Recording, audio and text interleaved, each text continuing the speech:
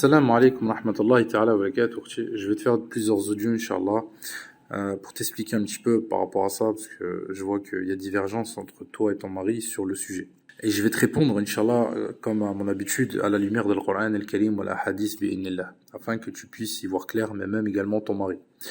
Et ceci est la parole d'Allah subhanahu wa ta'ala. Donc ici, comme ici, j'ai pu constater que ton mari a cité le terme fard, yani qui ici montre une obligation, wa laysa muakkada, qui est une recommandation. Donc ici, je vais démontrer ici qu'en fait ton mari se trompe. Donc ici, en fait, à la lozo, c'est-à-dire ici les ablutions, il faut savoir avant toute chose. La première des choses, c'est ce qu'Allah subhanahu wa ta'ala a dit. Donc on a un verset dans le Coran où Allah azza wa jalla nous dit « Ya ayyuhalladhina amanu ati'a Allah wa ati'a ar-rasul » Donc ça, c'est Dieu qui parle. Qu'est-ce qu'il dit? Il dit « Obéissez à Allah et à son messager ». Donc ça, c'est Dieu. Et je répète encore une fois, c'est bien Allah qui parle. Ce n'est pas un être humain. Je le répète encore une fois, Allah dit bien « Ya ayyuhalladhina amanu ». Donc il s'adresse aux croyants, aux vous qui avez cru. Donc ton mari a cru et tu as cru. Très bien, on poursuit.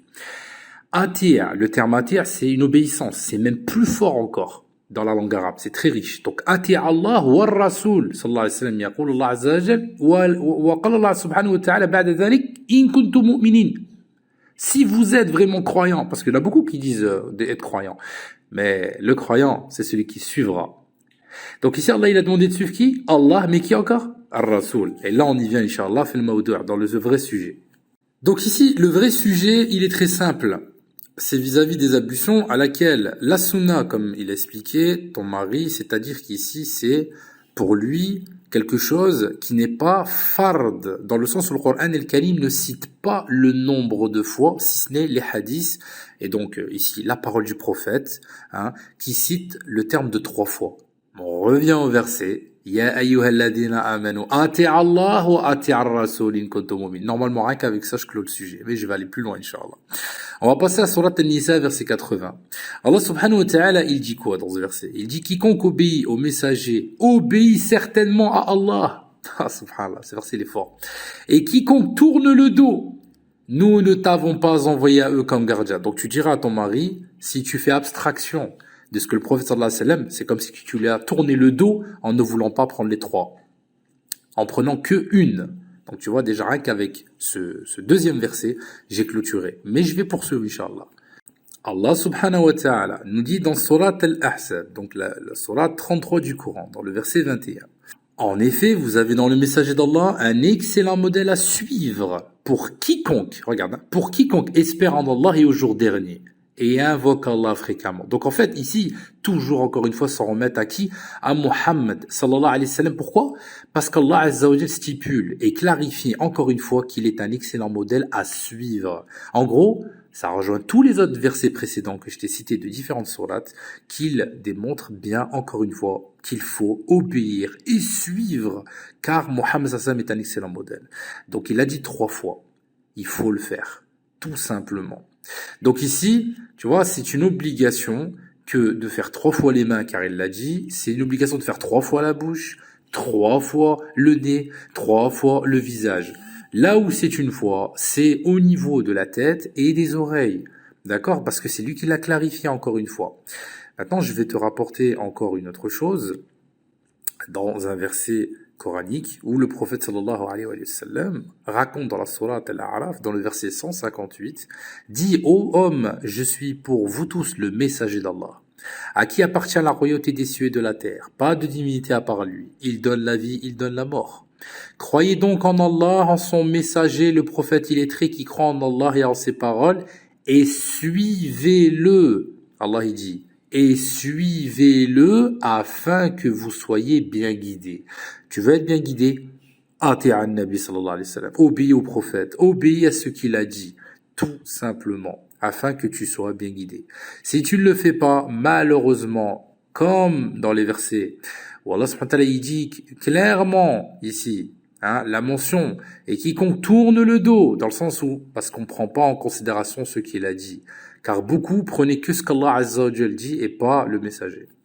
On a un hadith du prophète sallallahu alayhi wa sallam d'après Irbad ibn Sariya Le prophète sallallahu alayhi wa sallam, il dit ici dans ce hadith, l'un de vous bien installé sur son divan oserait-il croire qu'Allah n'a interdit que ce qui est présenté comme tel dans le Coran? Eh bien, au nom d'Allah, non. J'ai prononcé des sermons, donné des ordres et émis des interdits qui équivalent à ce que contient en la matière le Coran et le dépassent. Ce hadith, il a été rapporté par Abu Daoud dans Kitab al-Kharaj wa al-Immara wa al-Fay'. Donc ici, on a clairement, alhamdulillah, ya urti pour toi et ton mari, une évidence bien explicite, bien concise, aussi bien de par le Coran et de par le hadith, qu'il faut accomplir ce que le prophète a bien stipulé. Car il ne parle pas sous l'effet de la passion. Il y a plein d'autres versets urti, je pourrais continuer très longuement, mais rien qu'avec ça, cela suffit pour toi et ton mari. Après, n'oublie pas une chose, comme Allah subhanahu wa ta'ala, il le stipule bien dans le verset 80 de la sourate An-Nisa, nous ne t'avons pas envoyé à eux comme gardiens. Donc en gros, libre à toute personne de croire ou de ne pas croire, ou de suivre ou de ne pas suivre. On peut s'en remettre également sur la Al-Kahf, man sha'a falyu'min wa man sha'a falyakfur, wa a'tadna lidh-dhalimina nara, c'est-à-dire que celui qui veut qu'il croit, celui qui veut qu'il mécroit, tu vois. Donc voilà, et on a accordé, c'est-à-dire ici, Allah subhanahu wa ta'ala dit bien, wa a'tadna lidh-dhalimina nara, et on a accordé aux injustes un feu qui les cernera de toutes parts, parce qu'ils se sont détournés, parce qu'ils ont suivi leur propre voie, leur cheminement, et n'ont pas suivi la voie du prophète sallallahu alayhi wa sallam, à laquelle Rabbi subhanahu wa ta'ala, hada amrullah, c'est un ordre, tilka al-hudud Allah, voici les lois d'Allah azza wa jalla qui sont descendues pour nous tous. Voilà, ceci donc est une chose pour clarifier et pour explicitement bien démontrer ce qu'il en est de la situation pour les musulmans concernant, je cite bien, toute chose, pas que les ablutions, mais vraiment toute chose. Alors, en fait, il faut savoir une chose. Il y a énormément de gens qui ne savent pas pourquoi Muhammad, Nabi Allah, Al-Habib Al-Mustafa, pourquoi lui, qui est l'excellent modèle à suivre, faisait ce geste-là, en prenant son petit doigt et qu'il le passait à travers chaque orteil. Limadha, pourquoi faisait-il cela?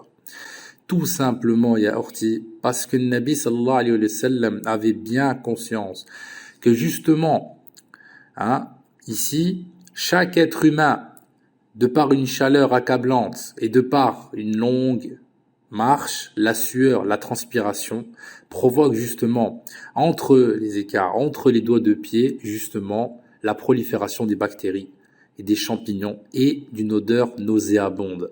Tout simplement, la sagesse elle est là.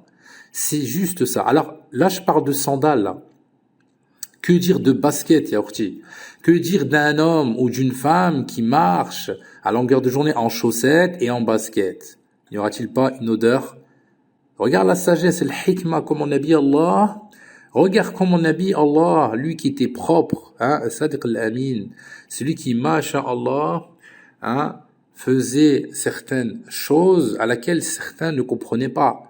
Il y a une sagesse à toute chose. Et ici, avec son petit doigt, il nettoyait justement cette impureté pour purifier afin que l'odeur s'estompe.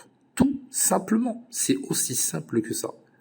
Le terme que j'ai employé ici, ahsan, dit tout simplement signifie en fait comme le jayyid, yani bilghat al-fusha, donc dans la langue arabe littéraire. Donc ce qui signifie en fait très bien, yani nosum jayyid, tout est bien réalisé, ou ahsanti ma fa'alti. Donc ici, de par le fait que tu es une femme, donc ici au féminin, on ajoute ici la terminaison de par le i, d'accord? Donc on a al-kisra. Donc c'est pour ça que j'ai employé le terme ahsanti, car ce que tu m'as dit, de par le fait de ce que tu accomplis, tu as très bien, alhamdulillah, fait, tu as réalisé exactement ce que le prophète sallallahu alayhi wa sallam nous a demandé de faire. Voilà, tout simplement. Alors ensuite tu me dis, du coup ça invalide ou pas les ablutions, le fait de ne pas passer entre les orteils? Alors en fait, non, ça ne va pas les invalider. Ce qui invalide les ablutions, c'est si par exemple, quand tu vas passer l'eau au niveau de ton pied, que ça ne touche pas le talon et que ça ne monte pas jusqu'à la cheville. Le prophète sallallahu alayhi wa sallam expliquait que si ça ne va pas jusque-là, ça invalide tes ablutions. Donc il faut bien faire attention justement à ce que l'eau va jusqu'à le talon et la cheville. Maintenant pour les orteils, c'est une question d'hygiène tout simplement. Si la personne n'a pas envie de sentir le maroilles dans sa prière, elle va faire attention à bien nettoyer ses pieds, tu vois, tout simplement, parce que si elle prie à la prière en jama'a ou autre, bah, franchement, j'ai de la peine hein, pour celui qui est juste derrière, qui pose son front juste derrière ses pieds, voilà, et qui va sentir cette odeur. Si le prophète sallallahu alayhi wa sallam déconseillait fortement à une personne qui sent l'ail ou l'oignon d'aller prier en groupe, que dire des pieds qui sentent mauvais.